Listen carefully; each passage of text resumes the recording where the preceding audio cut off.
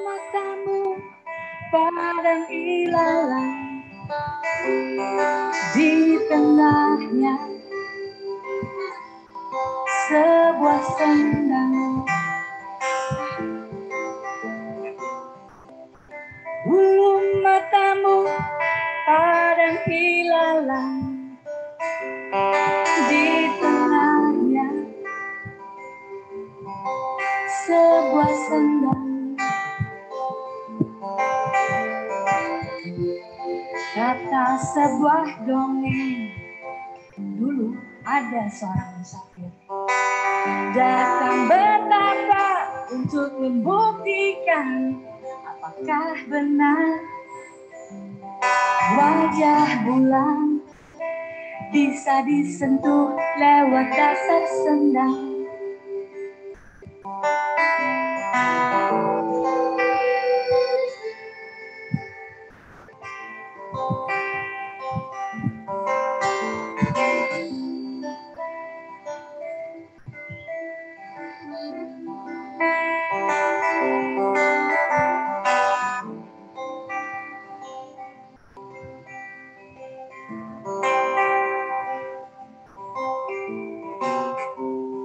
Bulu matamu padang ilalang,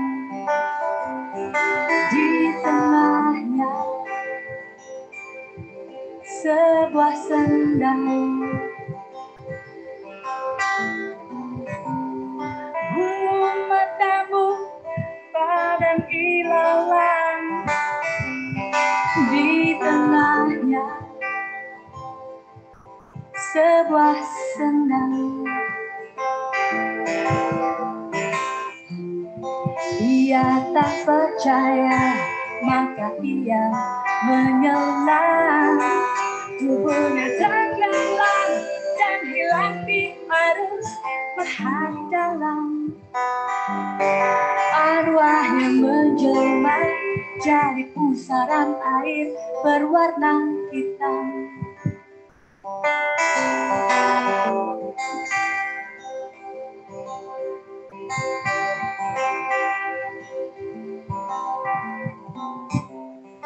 Bulu matamu padang ilalang, di tengahnya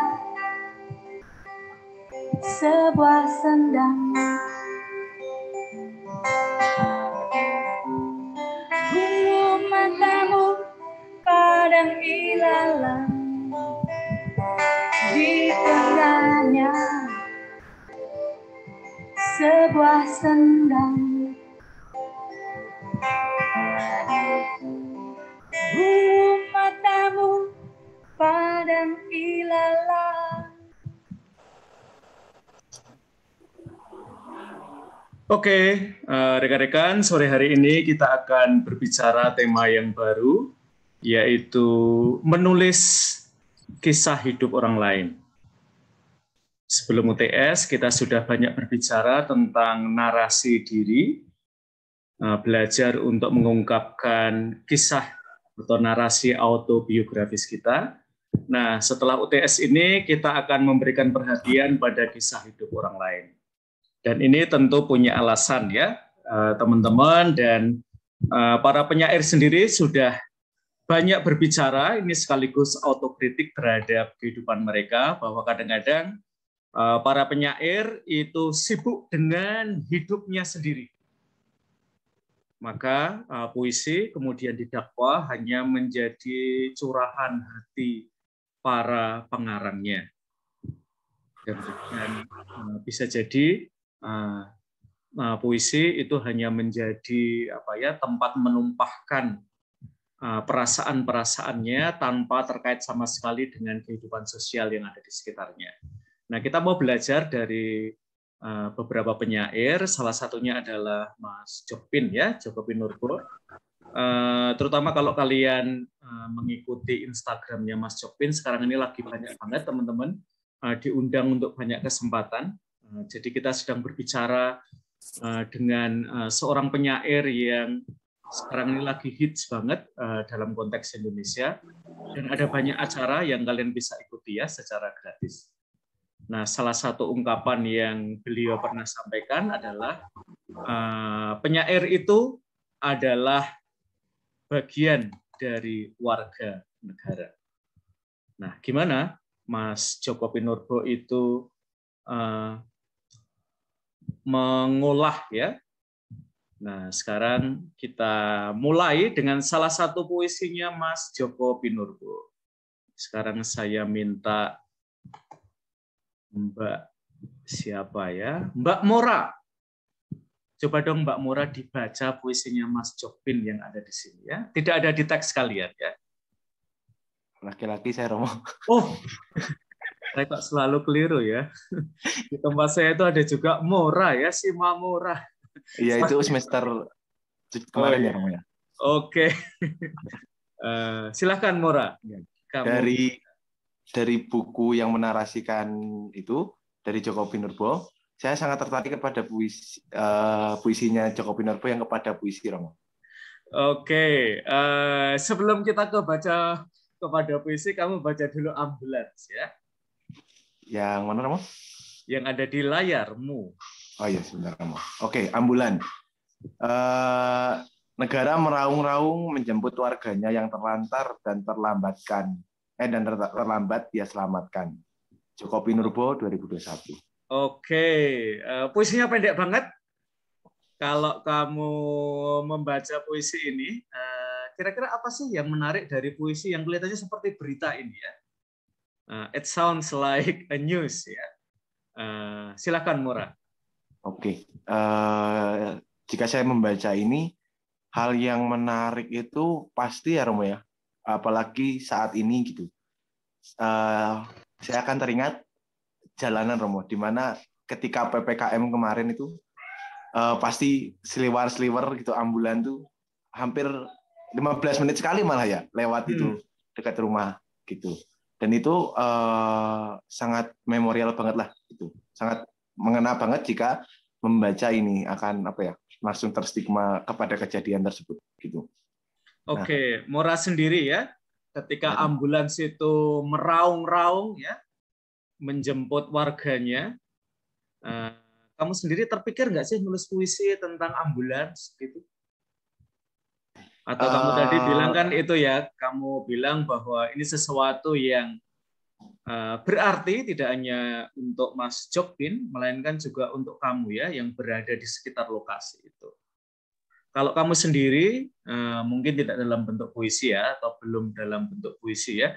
Kalau dari yang kamu lihat di lapangan itu, apa sih yang terbersit dalam diri kamu ketika melihat ambulans meraung-raung menjemput warga atau menghantar warga ke rumah sakit? Yang terbersit pertama itu pasti ya Romo, ketika melihat ambulan di jalan itu pasti timbul pertanyaan kenapa gitu. Itu kenapa yang ada di dalam ambulan itu, dia sakit apa gitu. Apakah lalu pasti akan terpikirkan juga apakah dia selamat atau tidak gitu. Oke, ya. Jadi apa ya? Kira-kira kena penyakit apa, dan kita mungkin ya pada masa-masa di mana pandemi sedang tinggi-tingginya ya, bahwa mereka sedang bertaruh nyawa ya, berusaha untuk menyelamatkan nyawa. Oke, terima kasih Mas Mora ya, Mbak Mora ya. Karena di tempat saya tuh banyak si Mora ya, jadi dan itu cewek semua kebetulan.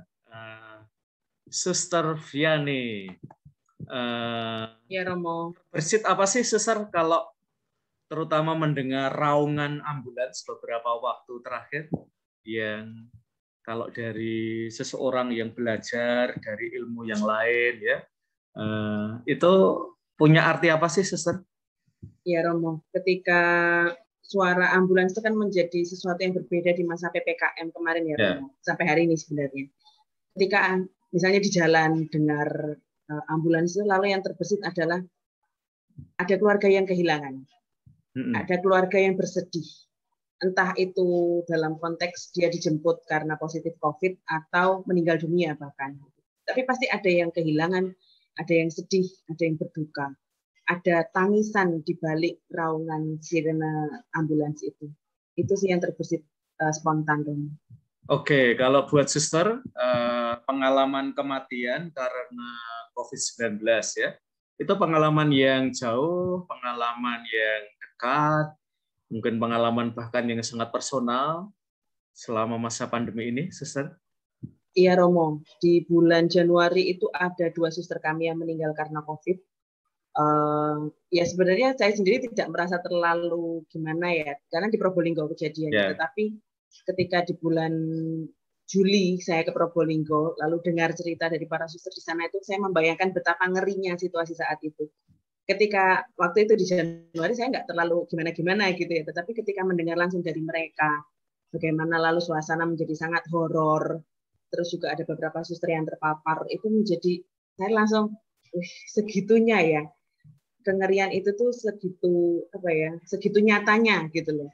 Lalu di bulan Juli juga ibu saya itu kena Romo. Ibu saya kena dan nggak sampai opnam sebenarnya, tetapi harus di rumah. Dan ketika malam itu kami dapat berita kalau ibu kena, kan ibu sama bapak di rumah berduaan gitu kan. Jadi otomatis bapak juga harus isolasi. Dan saya tuh yang doa saya waktu itu, ya entah ini doa jelek atau gimana, tapi saya berdoa adalah Tuhan, kalau boleh jangan sekarang dong diambilnya, karena itu pikiran terburuk kan, kemungkinan terburuk. Dan kalau bisa itu saya itu masih diberi kesempatan untuk merawat mereka di saat-saat terakhir, saya menemani mereka di saat-saat terakhir. Itu doa yang saya ucapkan dan syukur pada Allah itu dikabulkan. Ibu saya sehat, sembuh, dan sekarang sudah aktivitas seperti biasa lagi. Itu Romo. Oke, terima kasih Sister. Nah, teman-teman, misalnya konteks pandemi adalah konteks yang disruptif ya untuk hidup kita, baik sebagai seorang beriman, sebagai seorang mahasiswa, sebagai seorang dosen, sebagai seorang penyair ya. Misalnya kalau dalam bidang pendidikan ya, saya di universitas juga mikir-mikir ya, lalu pedagogi seperti apa yang kita perlu inisiasikan ya dalam konteks pandemi, karena kita tidak bisa begitu saja ya pakai pedagogi yang sudah ada ya, dan kita tinggal meneruskan aja ya seolah-olah pandemi itu tidak punya sesuatu yang istimewa ya. Lalu saya mencoba mengartikulasikan, dan itu namanya adalah pedagogi intimitas ya, sedang saya olah-olah ya, karena buat saya ini nanti juga setelah pandemi menyongsong PTM ini, saya juga mikir-mikir ya, apakah masih bisa digunakan, kalau perlu dikoreksi bagian yang mana gitu ya. Maka sebenarnya teman-teman, kalau kita bicara tentang entah itu katekese sosial, farmasi sosial, bimbingan konseling sosial, manajemen sosial, dan katakanlah juga bahasa dalam arti yang lebih sosial, itu kita sebenarnya tidak meninggalkan ya hal-hal yang kita sudah lakukan sebelum masa pandemi. Jadi nanti pasti akan ada unsur yang personal juga. Nah, biar kita itu tidak cuman dalam bahasa Jawanya itu ngomyang ya. Ngomyang itu adalah omong sesuatu yang seringkali menumpahkan perasaan seperti ke tempat sampah ya. Dan kadang-kadang penyair atau penulis narasi itu jatuh ke bahaya itu ya. Maka kita mau belajar gimana caranya kita yang seringkali dekat dengan kenyataan sosial itu bisa punya kontribusi sesuatu ya. Nah, tokoh yang kita coba angkat adalah tentu masih agak sama ya, Pak Sapardi, Pak Jokpin, karena mereka dokumentasinya buat saya paling komplit ya. Jadi kita bisa mendengarkan lebih banyak. Nah, mari kita mulai dulu dengan Mas Mora ya. Saking tadi semangatnya ya, saya sudah tanya baca puisi dulu langsung. jawabannya pengen baca puisi yang dia tertarik. Oke, Mora, kamu milih puisi apa tadi? Sebentar, Romo.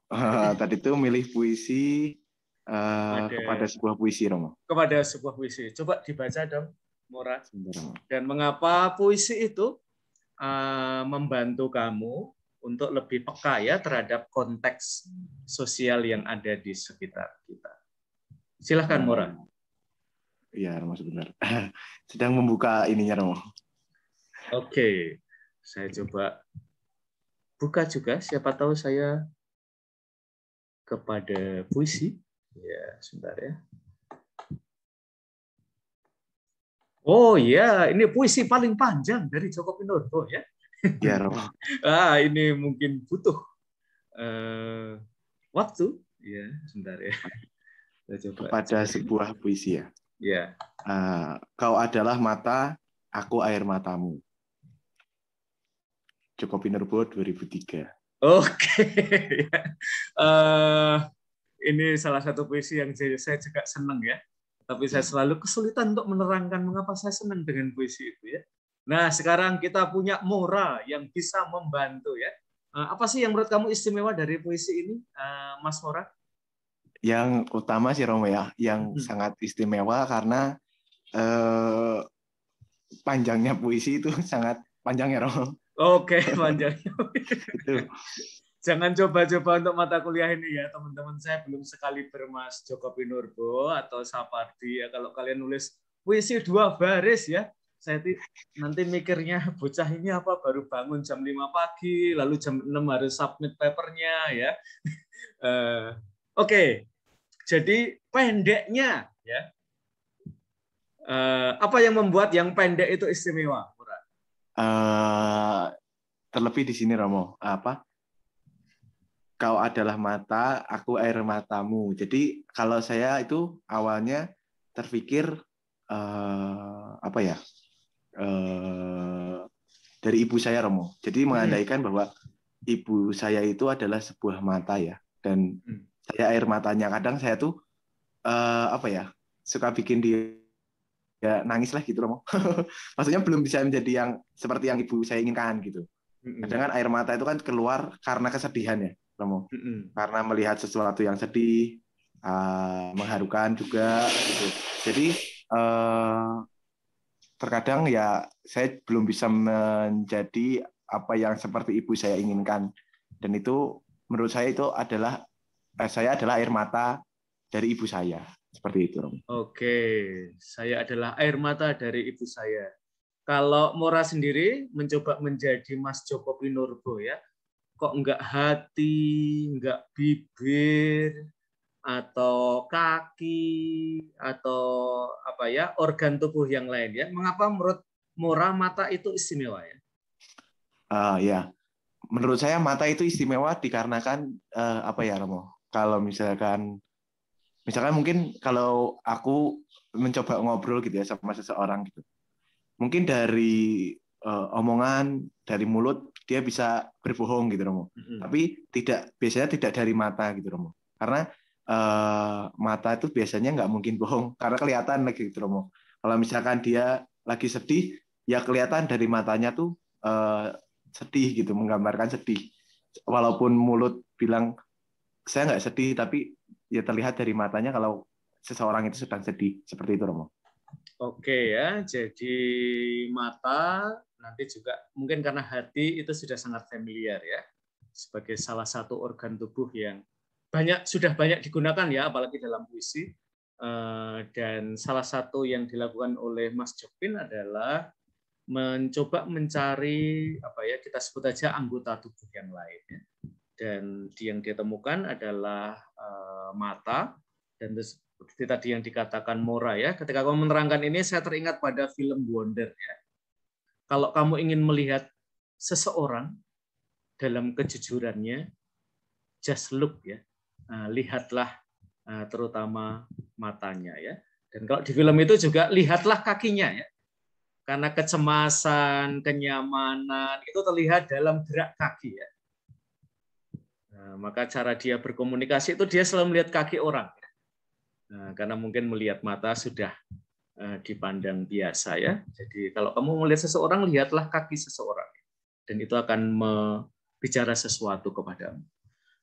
Oke, kalau Suster Viani, puisi mana Suster yang Suster seneng di antara puisi-puisi Jokpin ya? Saya sebenarnya tadi malam juga baca ya, yang Perjamuan Kongguan ya, buku Sukacinta saya belum beli ya teman-teman. Kapan-kapan lah saya beli ya. Yuk, Suster, lebih suka yang puisi mana, Suster? Yang Tiada, Romo. Oke, yang Tiada. Atas, Romo. Atas. Halaman awal, halaman 13. Oke. Mau ambil yang tadi kok sudah diambil Mas Mora, gitu kan, jadi sungkan gitu loh. Saya paling seneng, sebentar ya. Saya paling seneng yang ini. Yang di bawah pohon cemara ya. Saya senang puisi itu ya. Di bawah pohon cemara ya. Oke, Suster dibaca dulu, Suster. Sekalian kita belajar mengapresiasi ya. Tiada. Tiada pengembara yang tak merindukan sebuah rumah. Bahkan jika rumahnya hanya ada di balik iklan yang ia baca di perjalanan. Tiada rumah yang tak merindukan seorang ibu yang murah berkah. Bahkan jika ibu tinggal ada di bingkai foto yang mulai kusam. Lebih baik punya ibu daripada punya rumah, kata temanku yang rumahnya konon baru 6, sementara sosok ibunya belum juga ia temukan. Ya lebih baik punya keduanya, kata saya. Dan entah mengapa, air matanya leleh perlahan. Oke, kalau Suster sebagai pembaca, bagian mana sih Suster yang paling touching gitu ya untuk Suster? Tentu karya saya tuh selalu mudah tersentuh kalau ya, silakan. Saya tuh selalu mudah tersentuh kalau ada tentang keluarga gitu-gitu tuh Romo. Jadi saya itu baper gitu loh Romo. Jadi yang apa ya kayak plot twist gitu loh di bagian akhir kan. Ya lebih baik punya keduanya gitu kan. Terus ternyata si temannya tuh mulai menyadari kalau iya lebih baik punya keduanya. Apa artinya harta berlimpah kalau nggak ada orang yang disayang, orang yang kayak yang membantu berarti di hidupnya kayak gitu sih Romo. Oke, nanti yang sosial itu bisa jadi keluarga juga ya Suster ya. Hidup kita itu disatukan ya, banyak dari kita ya oleh keluarga, bahkan yang hidup religius ya, meskipun orang suka bilang kita ini tidak satu hubungan biologis ya, itu alibi aja ya kalau nggak bisa hidup bersama ya. Buat saya tetap ada unsur keluarganya ya. Dan nanti bisa ya Suster ya melihat kira-kira tema tentang keluarga itu juga tema sosial tentunya. Kira-kira apa ya? Kalau Suster tadi menemukan ya, kalau Joko Pinurbo itu bisa menemukan sesuatu di celana, di kamar mandi, di gantungan baju, di pemean, tempat berjemur ya untuk menjemur pakaian. Ya, keluarga, rumah adalah salah satu tema sosial juga ya yang bisa kita angkat ya. Nanti ini bocoran ya. Nanti UAS kalian adalah menulis narasi bukan tentang diri kalian ya, tetapi sesuatu yang lebih keluar ya. Maka kalian bisa nanti kalau dengan keluarga akan keluar masuk ya. Bisa melihat tema tertentu yang bisa jadi melampaui keluarga kalian. Jadi Suster cerita ya tentang ibunya ya yang terpapar COVID, doanya Suster jangan sekarang dong Tuhan ya, dan kalau bisa bahkan biarlah cawan ini berlalu ya daripadaku ya. Itu ya. Kalau Suster sendiri merasa kalau tentang tema rumah keluarga apa sih yang menurut Suster menarik ya, yang nanti akan punya readership ya, semacam kita sebut aja ya jangkauan pembaca yang kita sebut aja banyak ya. Kemarin tuh nggak sengaja lewat di FYP saya di TikTok itu kata-katanya Nadiem Makarim Om. Oke. Keluarga itu erat sekali dengan konflik. Keluarga itu erat sekali dengan pertengkaran. Dan saya pikir iya juga ya gitu. Ketika saya kumpul dengan keluarga itu nggak melulu soal romantisme, ketawa hahaha, tetapi juga kadang-kadang perkara naruh baju, naruh apa, naruh barang itu udah jadi pertengkaran gitu. Tetapi bahwa apa ya, kayak paradoks gitu kan. Justru semakin bertengkar itu semakin rindu, ketika jauh itu lalu ada kerinduan, dan itu bisa menjadi sesuatu yang aneh tetapi bisa dikulik di situ, bisa digali lagi. Dan dalam hidup bersama pun, kalau tadi Romo sempat membocorkan gitu, tentang hidup membiara juga sebenarnya iya, ketika di komunitas itu landai-landai saja, tidak ada permasalahan, itu rasanya membosankan gitu. Tetapi ketika ada yang mulai menggoda, ketika ada yang mulai usil-usil, itu lalu menjadi lebih hidup gitu. Dan ya itulah hidup kita, bahwa kadang-kadang perlu ada percikan-percikan sehingga jadi lebih semarak gitu loh hidupnya. Itu kira-kira Romo. Oke ya, dan nanti jangan lupa ya teman-teman, Mas Jokpin ini adalah seorang Katolik. Dan banyak dari puisinya tersembunyi ya, kalian harus mencari. Seringkali ayat kitab suci itu menyelinap ya dalam puisi-puisinya. Nah, saya usul ya, nah ini agar suster juga menyelinapkan sesuatu ya. Paus Fransiskus terutama dengan Amoris Laetitia itu kan mengangkat kisah keluarga. Bahwa kitab suci itu penuh dengan kisah keluarga sejak kelahiran ya, masa remaja, masa saling mencintai, cari pasangan, hidup berkeluarga, lansia sampai saat kita sebut aja kematian ya. Itu semua ada ya. Nah, nanti suster bisa melihat ya sisi mana yang mau digarap ya. Misalnya tema tentang lansia itu tidak terlalu banyak ditulis ya. Nah, apakah suster mau melihat itu ya? Nanti ke Probolinggo, lihat suster-suster yang sepuh di sana ya. Yang kuburannya nggak jauh-jauh dari biara ya. Bahkan ada di kompleks sekitar situ ya. Apa sih pergumulan-pergumulan mereka ya? Misalnya itu menjadi salah satu kemungkinan ya. Juga beberapa pernyataan Paus Fransiskus yang menarik ya, tidak ada keluarga yang sempurna. Di dalam keluarga itu ada piring yang melayang, ya. Ada umpat-umpatan juga, tetapi itu bukan kisah seluruhnya dari keluarga juga ya. Karena lalu Paus Fransiskus bicara tentang Ecclesia Domestica, gereja itu paling dekat dialami dalam keluarga. Ayah ibu kita katekis ya. Nah, ini untuk teman-teman di pendikat ya. Ini kontekstual banget untuk kalian ya. Maka nanti itu salah satu referensi ya, tentu teks-teks kitab suci tentang keluarga coba direkatkan ya, suster ya. Karena tema kita adalah katekese generasi, meskipun nggak selalu otomatis gampang dihubungkan, tetapi sekurang-kurangnya kesadaran ini ya tentang keluarga, berikut pergumulannya, dan tadi seperti suster katakan, twistnya di mana ya? Apakah twistnya itu mereka bukan lagi dua, melainkan satu? Apakah itu twistnya ya? Atau yang lain ya? Oke, terima kasih Suster Viane ya atas sharingnya. Oke, teman-teman, kita jeda sebentar ya dari sharing puisi mana yang mengesan, tapi tetap silahkan kalian siap-siap ya. Saya akan bertanya kepada kalian. Nah, ini adalah dari Mas Joko Pinurbo. Mengapa ambulans dan negara itu menarik perhatian dia? Saya menemukan tema hubungan antara negara dan kematian melalui ambulans itu yang tidak saya lihat sebelumnya. Pada masa normal ambulan ini ya biasa saja bagi saya, paling kita merasa jengkel karena jalanan terganggu. Tapi di masa pandemi ini ambulan ini sungguh menjadi ikon yang sangat mengusik saya, karena ternyata melalui ambulan itu saya bisa melihat banyak kematian terjadi bukan karena itu takdir, tetapi sebetulnya itu juga merupakan dampak dari sistem yang tidak berjalan dengan layak, dengan baik. Orang meninggal karena tidak mendapat kamar di rumah sakit, kehabisan oksigen. Sehingga saya menyelami tema hubungan antara negara dan kematian.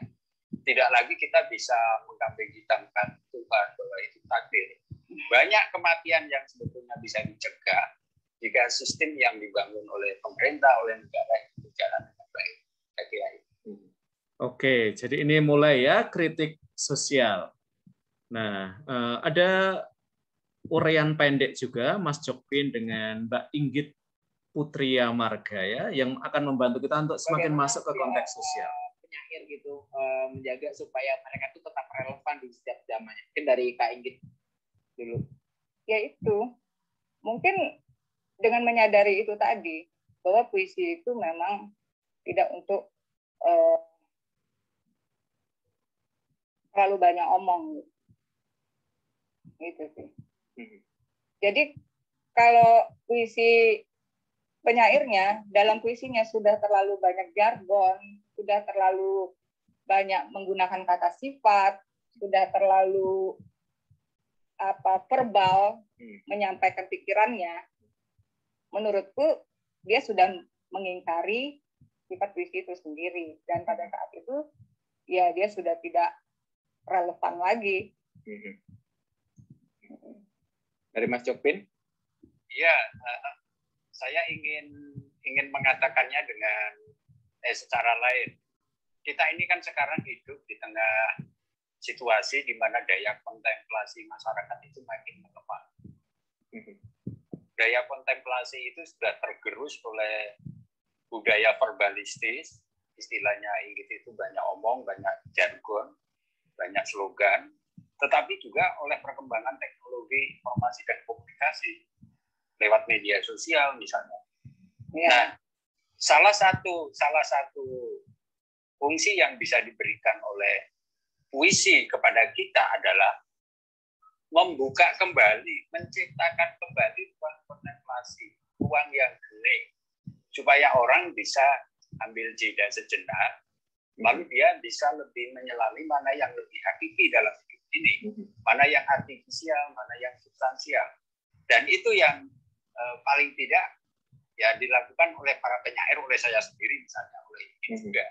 Meskipun dengan titik perhatian yang berbeda-beda. Misalnya melalui puisi Inggit, saya bisa melihat dunia yang kelam, yang getir, misalnya itu. Sedangkan saya mengambil sisi yang lain, misalnya dunia yang konyol, lucu konyol, goblok gitu loh. Nah itu kan saya jadi mainan saya. Saya kira itu. Oke, nah sekarang kamu ada di tim Mbak Inggit atau ada di timnya Jokpin? Ya. Nah, kita ke Averian. Silahkan unmute, Averian.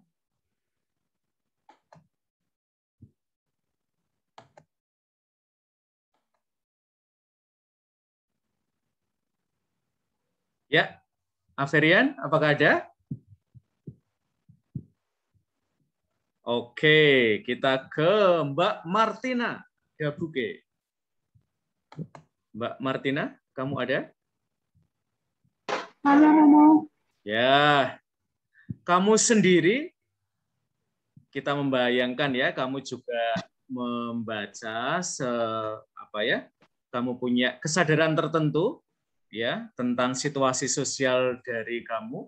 Kamu sendiri lebih mau menggambarkan realitas sosial itu secara gelap, seperti Mbak Inggit tadi, atau secara konyol, lucu, ringan, humoris, seperti Mas Joko Pinurbo?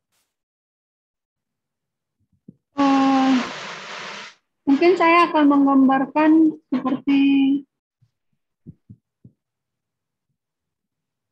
seperti jangan lupa di-unmute lagi ya. Nah, ini sering terjadi pada mahasiswa ya, ketika mikir itu langsung di-mute ya. Padahal kita senang juga ya dengerin kalian lagi mikir gitu ya. Silakan Mbak Martina. Seperti siapa? seperti yang maaf Romo, lagi datang hujan. Oke. Iya Romo. Ya. Jadi lebih seperti Mbak Inggit atau Mas Jokpin? Saya lebih ke yang Joko Pinurbo, Romo. Oke, mengapa kamu lebih memilih ke Mas Joko Pinurbo, Mbak Martina? Ya, karena seperti yang dikatakan oleh Mas Joko Pinurbo tadi,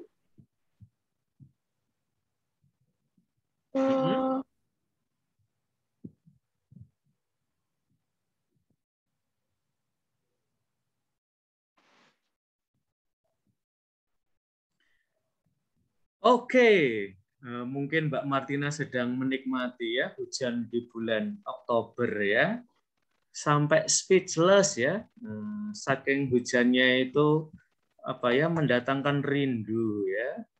Oke, kita pindah dulu aja ya ke Mbak Agnesia Nina. Iya, Romo. Oke, nggak kehujanan toh kamu? Hujan, Romo, hujan deras. Oke, Mbak Agnesia, kamu sendiri lebih ke arah timnya Mbak Inggit atau Mas Jokpin? Ke Jokpin, Romo. Oke, apa sih yang membuat kamu lebih condong ke timnya Mas Jokpin? Apakah kamu lucu? Enggak, Romo. Mungkin kalau ke Jokpin bisa kisah hidup bisa diselingi dengan sesuatu yang humor gitu ya, Romo. Oke, kalau yang apa ya gelap-gelap ya, star ya atau dalam bahasa Jawanya ya, itu bahasa Inggris. Kamu sendiri merasa susah sih nggak sih kalau menampilkan realitas itu sangat gelap gitu ya? Iya, Romo, susah, Romo. Lebih susah ya? Oke, kalau kamu tadi milih puisinya Mas Jokpin, kamu milih puisinya yang mana ya, Mbak Agnesia ya? Cita-cita, Romo. Cita-cita. Oke, saya coba cari dulu ya. Di manakah cita-cita?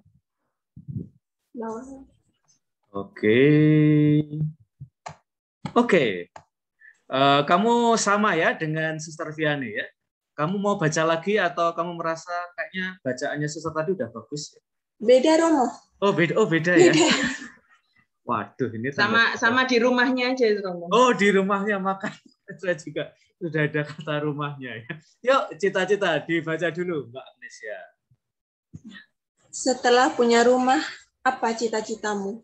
Kecil saja. Ingin bisa sampai di rumah saat masih senja, supaya saya dan Senja sempat minum teh bersama di depan jendela. Ah, cita-cita. Makin hari kesibukan makin bertumpuk. Uang makin banyak maunya. Jalanan macet, akhirnya pulang terlambat. Seperti turis lokal saja. Singgah menginap di rumah sendiri, buat sekedar melepas penat. Terberkatilah waktu yang dengan tekun dan sabar membangun sengkarut tubuhku menjadi rumah besar yang ditunggu seorang ibu. Ibu waktu berbisik mesra, sudah kubuatkan sarang senja di bujur barat tubuhmu. Senja sedang berhangat-hangat di dalam sarangnya. Oke, terima kasih. Salah satu kritik untuk para penyair, terutama penyair muda ya, adalah kok omongnya itu selalu senja, rindu, kopi, apa nggak ada tema lain. Nah, menurut Mbak Agnesia, puisi ini menariknya di mana sih, Mbak Agnesia? Ini lebih ke ini, Romo, ke tentang menggapai cita-cita dan masa depan. Oke, ya. Setelah punya rumah, cita-citanya Mbak Agnesia apa? Mungkin lebih ke membahagiakan orang tua dulu ya, Romo. Oke, membahagiakan orang tua ya. Kira-kira tentang rumah bisa kita korek apa lagi sih? Bisa kita kupas-kupas apa lagi sih Mbak Agnesia? Selain tadi Suster sudah bicara juga ya keluarga. Ya, pengennya ketemu romantis tapi kok ya malah kalau ketemu itu malah masalah wae sing ngono ya. Tapi itu yang membuat keluarga itu tambah dekat ya. Nah, tadi Mas Jokpin sudah juga ya sekurang-kurangnya kita berjumpa dengan orang yang kita kasih itu yang sudah ada dalam figura ya, sudah meninggal. Itu pun sudah membuat kita itu senang banget ya lihat foto orang tua kita yang sudah wafat ya. Itu seperti saya alami ya. Kalau pulang ke Solo itu kan sekarang kan ketemu kuburan ya, kuburan ayah dan ibu saya. Tapi ya lihat foto mereka di rumah yang masih terpampang tinggi-tinggi ya di rumah itu merupakan sesuatu ya. Kadang-kadang naik sepeda motor jauh dari Jogja ke Solo itu cuman pengen lihat figurannya itu ya teman-teman. Oke, Mbak Agnesia, kira-kira tema apa ya tentang keluarga yang mungkin melampaui tema kopi, tema senja, tema rindu, tema Jogja. Kira-kira apa ya Mbak Agnesia yang bisa kita angkat? Mungkin keluarga tempat berbagi cerita, Romo, mulai dari cerita yang bahagia, yang sedih, gitulah Romo. Oke ya, jadi kalau tadi saya mengatakan keluarga adalah paguyuban keluarga-keluarga, mungkin kita bisa tambahkan ya, paguyuban keluarga-keluarga yang cerita satu sama lain ya, saling mudoroso ya. Mudoroso itu buat teman-teman yang dari Indonesia Timur atau Indonesia Barat banget, yaitu berbagi perasaan sedalam-dalamnya. Oke, terima kasih Mbak Agnesia. Sekarang kamu boleh menunjuk temanmu ya. Siapa kira-kira yang kamu pengen temanmu ini kamu mau ajak bicara, Mbak Agnesia? Mungkin siapa ya? Mbak Jen mungkin, Romo. Jen Margaret. Oke, Jane Margaret ya, bukan Mas Jane Margaret ya. Saya hati-hati ya sekarang karena ada Mas Mora ya. Jadi siapa tahu ya Jane itu tiba cowok. Ternyata Mbak. Yuk Mbak Jane. Halo Romo, selamat sore. Oke, selamat sore Mbak Jane. Kamu pilih puisi yang mana ya Mbak Jane? Saya lebih memilih yang cita-cita, Romo. Oke, cita-cita. Sama dengan yang disampaikan temanmu atau ada sesuatu yang ingin kamu tambahkan, Mbak Jen? Mengapa sih cita-cita menarik buat Mbak Jen? Kok nggak milih seperti puisi yang saya senang ya? Di bawah pohon cemara. Apa sih yang menarik Mbak Jen dengan cita-cita?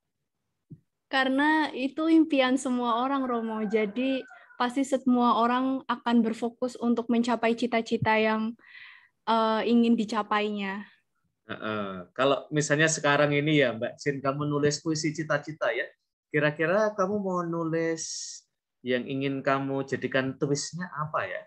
Sesuatu yang memberi kebaruan atau menggarisbawahi sesuatu yang mungkin agak sering kita lupakan ya. Mas Jokpin itu kan salah satu keistimewaannya adalah hal-hal yang seringkali remeh-temeh itu kan banyak kita lupakan ya.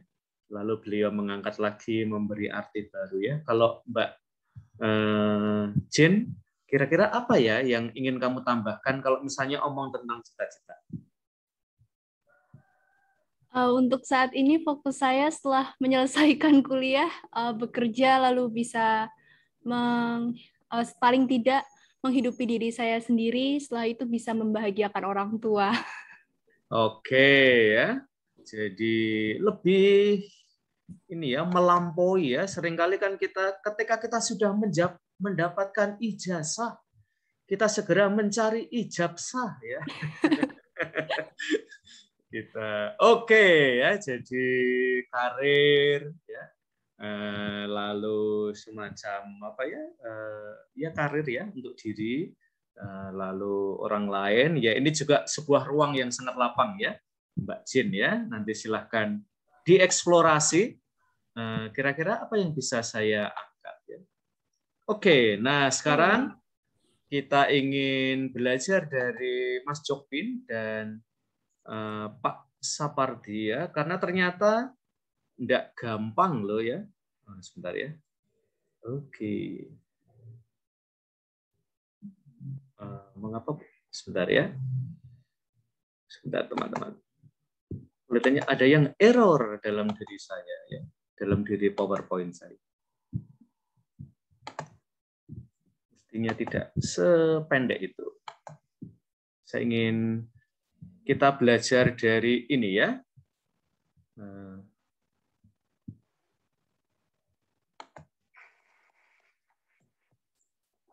Pak Sapardi sudah 50 tahun berkarya, Mas penyair, Mas Jopin kurang lebih 30 tahun. Saya ingin tahu sepanjang puluhan tahun itu, apa momen paling spesial yang kalau diingat-ingat sekarang bikin senyum-senyum sendiri dan bikin hati terasa hangat sepanjang perjalanan karir 30 tahun dan 50 tahun.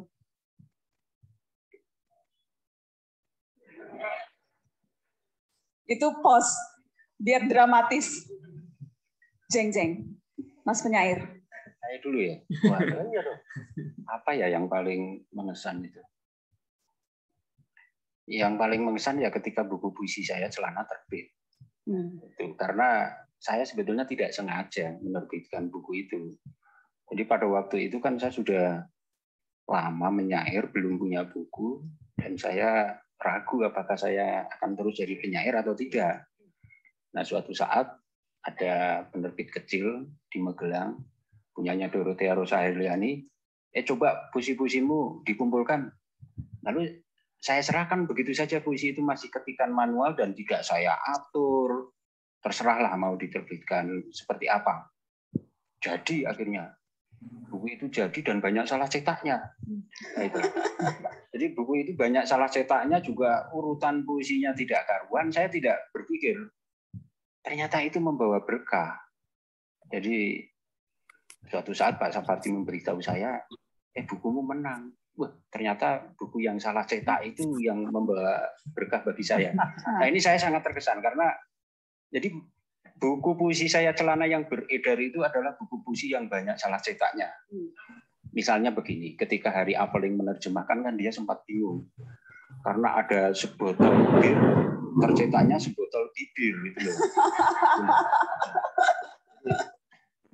Sampai bingung, dan di situ banyak salah cetak.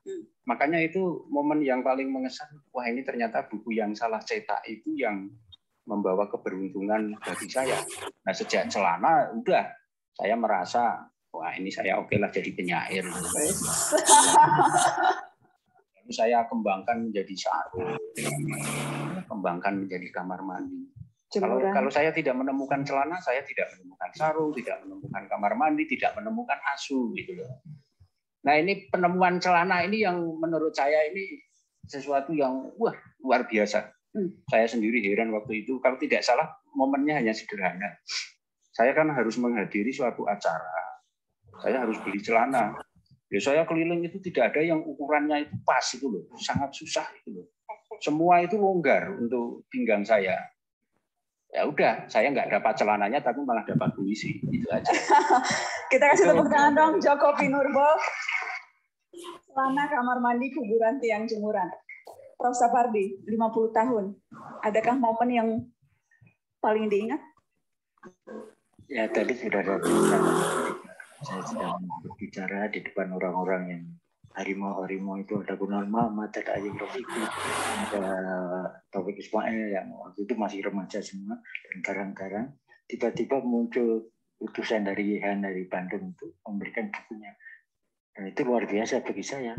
Untuk pertama kali buku saya itu diterbitkan dengan cara yang sangat sederhana itu. Kemudian disusul oleh buku-buku saya lain yang lebih sederhana lagi, yakni Mata Pisau, terus kemudian akuarium ya, itu hanya 27 halaman, 28 halaman gitu. Tapi menurut saya ya judul yang itu aja salah cetak. Ada buku saya yang sederhana seperti ini yang kemudian mengawali hidup panjang dari seorang penyair ya, menurut saya ini. Dan saya tidak akan pernah lupa itu. Yang lain-lainnya sih setelah itu menggelinding ya gampang saja. Tapi itu momen yang paling diingat. Kasih tepuk tangan dong untuk Pak Sapardi Djoko Damono. Pertanyaan terakhir mungkin tidak penting, tapi saya ingin tahu ketika puisi-puisi yang begitu menggetarkan hati dan digunakan banyak orang untuk belajar mencinta dan dicintai, apakah dalam pengalaman hidup sehari-hari skill menciptakan puisi yang sedemikian menghanyutkan itu juga berguna? Mas Jopin? Ya, skill itu kan terasah dalam proses. Jadi salah satu cara terbaik untuk mengasah skill ya menulis terus. Jadi banyak surat cinta, tweet cinta, rayuan cinta dari Jopin? Kayaknya saya kurang berbakat untuk menulis puisi cinta itu. Jadi hampir tidak ada itu puisi cinta saya yang dikenang orang itu. Kayaknya tampaknya saya tidak berbakat untuk menulis puisi cinta. Sangat susah itu. Ya, saya juga tidak berbakat untuk menulis puisi-puisi sosial yang menggebrak itu juga. Jadi ya bakat saya tampaknya memang saya harus kembali merawat hal-hal yang sederhana, yang remeh, supaya mendapat makna baru begitu. Terima kasih Joko Pinurbo. Sekali lagi kita berikan tepuk tangan. Mas Afardi, pertanyaannya sama. Skill itu berguna? Amat sangat berguna, karena kalau kita percaya bahwa puisi itu adalah kesenian dan puisi itu adalah seni kata, maka tugas kita adalah untuk meningkatkan skill dalam pengertian yang sangat dalam. Artinya kemampuan sebaik-baiknya untuk bisa menciptakan bahasa yang baru. Itu yang saya sampaikan tahun 69 ketika ini kemudian terbitkan itu di tim sini. Saya mengatakan, sehingga waktu itu saya ingat sekali, kalau tidak salah di halaman pertama atau halaman kedua Kompas ditulis, seperti ini aneh, penyair kok dipaksa untuk mencintai bahasa. Kalau penyair tidak mencintai bahasa, mau mencintai apa lagi?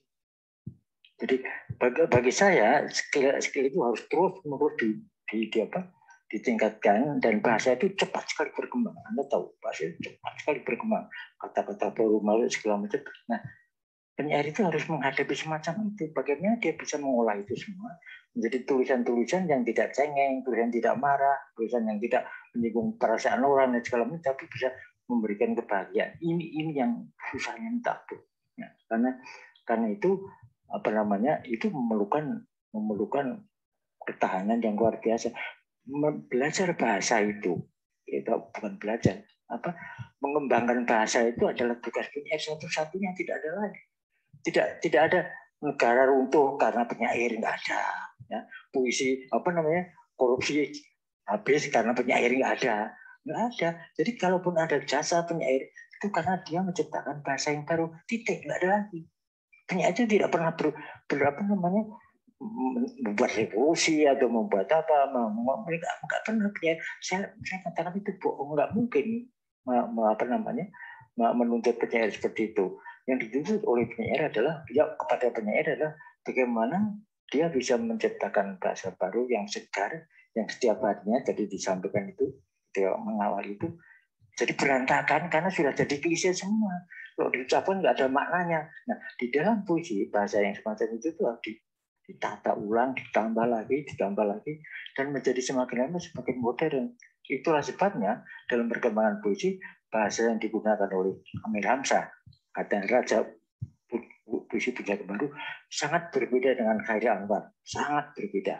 Nah, kalau Anda membaca Khairi Anwar dibandingkan dengan bahasanya ini kemenakan saya ini sama sekali berbeda.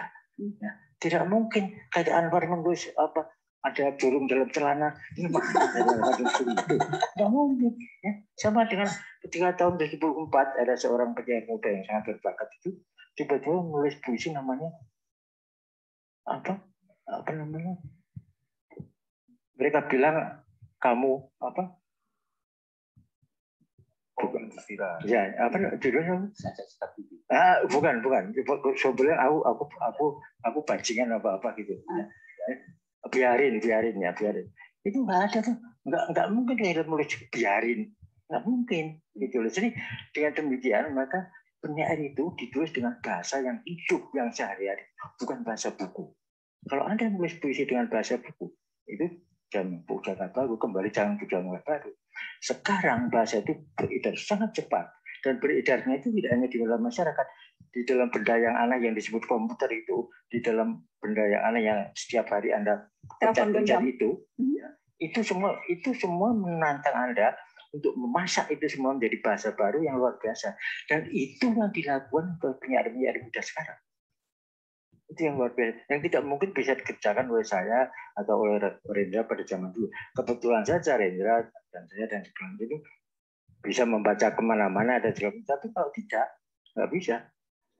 Nah sekarang kesempatan ini besar sekali, dan juga tantangannya besar karena bahasa itu berkembang cepat yang kamu sekarang ini, dan semua harus ditangani dalam penyair itu. Saya kira. Itu yang dikatakan Pak Sapardi itu apa yang saya lakukan. Menutup dengan manis. Kita kasih tepuk tangan sekali lagi untuk Sapardi Djoko Damono dan Djoko Pinurbo. Pak Sapardi, Mas penyair Mas Jopin, saya ingin mohon izin lancang sedikit. Biasanya kalau di televisi ada catatan najwa, jadi malam ini saya juga ada sedikit catatan najwa untuk Sapardi dan Jopin.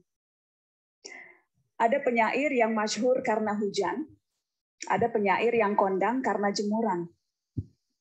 Hujan dan tiang jemuran sama-sama penting. Keduanya bertaut dalam urusan lumayan intim. Jika hujan membasahkan, maka jemuran mengeringkan. Tak ada yang lebih arif dari tiang jemuran, dibiarkannya celana sendirian dan kesepian. Apa yang kamu lakukan ke saya itu jahat. Kata celana kepada jemuran. Aku cuma ingin mengeringkanmu dengan sederhana. Balas jemuran kepada celana. Celana dan jemuran lalu tertawa sampai perutnya gemetar sambil melihat Mas penyair yang cuap-cuap dengan Mbak penyiar. Mereka tadi bicara tentang apa? Tanya celana. Sepertinya tentang kesusastraan, jawab jemuran. Celana berkata betapa mulianya mereka berdua. Tapi jemuran mencibir. Apa pentingnya hari gini membaca syair? Keduanya diam beberapa saat, seperti manusia yang mendadak ingat urusan tenggat. Lalu datang hembusan angin dari utara Jakarta, mengabarkan kejadian-kejadian yang luar biasa. Jemuran tiba-tiba bertanya, lebih mendesak mana, urusan reklamasi atau bicara soal puisi?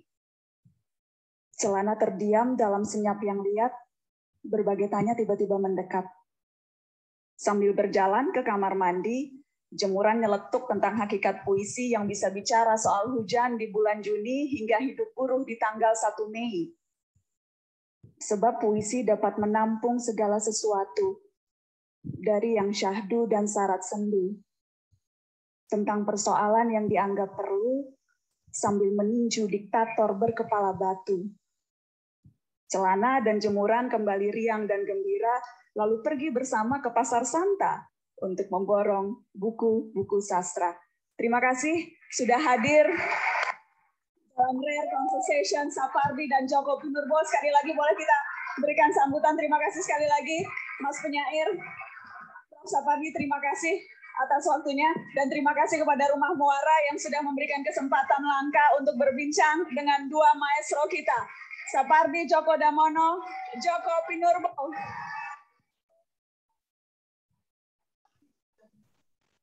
Oke, rekan-rekan, yang sosial itu bisa celana, bisa kamar mandi, bisa tiang jemuran, bisa juga sesuatu yang tentang dongeng Marsina, bisa juga tentang perkara-perkara sosial yang ada di sekitar kita, tentang mahasiswa yang tertembak, dan seterusnya. Maka selama 1 minggu ini, silakan kalian mencoba keluar dari pengalaman yang lebih personal, batiniah. Kalau dalam bahasa kami di Pendikat itu berani keluar untuk misioner, ya. Jadi tidak hanya melihat diri ke dalam sesuatu yang batiniah, melainkan juga ke yang sosial, ya.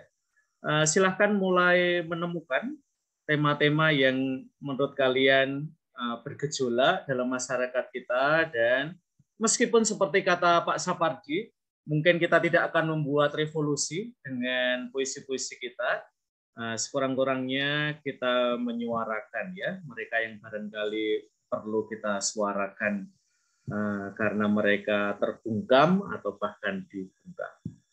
Nah, karena hujan sudah deras di bulan Oktober, ya, Teh juga sudah mulai hangat, kopi sudah mulai diseduh, dan thanks God it's Friday. Teman-teman, mari kita tutup kelas kita. Terima kasih atas perhatian kalian semua. Kita ketemu lagi minggu depan ya dengan tema sosial, hidup orang lain melampaui diri kita. Sambil berempati ya untuk teman-teman yang sinyalnya mulai biarpet kalau hujan deras ya. Di tempat saya aja yang kuat seringkali biarpet ya, apalagi di tempat kalian ya. Oke, terima kasih teman-teman atas perhatiannya. Kita ketemu lagi minggu depan dan jangan lupa, thanks God it's Friday, Jumat sore, besok malam minggu ya. Apa yang tidak lebih indah daripada Jumat sore dan malam minggu ya. Tunda dulu nugasnya. Senin ya, balik lagi nugas. Sabtu Minggu siapa tahu jalan-jalan. PTM sudah ini ya, PPKM sudah mulai dikendorkan. Ranti teman-teman yang kos di sekitar Kota Baru ya, silahkan ke Malioboro. Siapa tahu dapat inspirasi ya. Suster Viane ya, mungkin mau ke Cool and Brew ya. Tak traktir suster kalau pengen ke situ. Tidak ramah untuk dompetnya suster ya. Dan teman-teman Paingan ya, tentu Paingan adalah juga konteks sosial. Bisa juga kalian kalau mungkin susah menemukan ide di situ ya, agak ke kota sedikit ya teman-teman yang ada di Paingan. Mungkin hiruk pikuk kota akan memberikan inspirasi untuk kalian. Oke, terima kasih semuanya. Terima kasih Romo. Selamat sore semuanya. Selamat ngeteh biar meleleh. Silahkan ngopi kalau pengen merindu.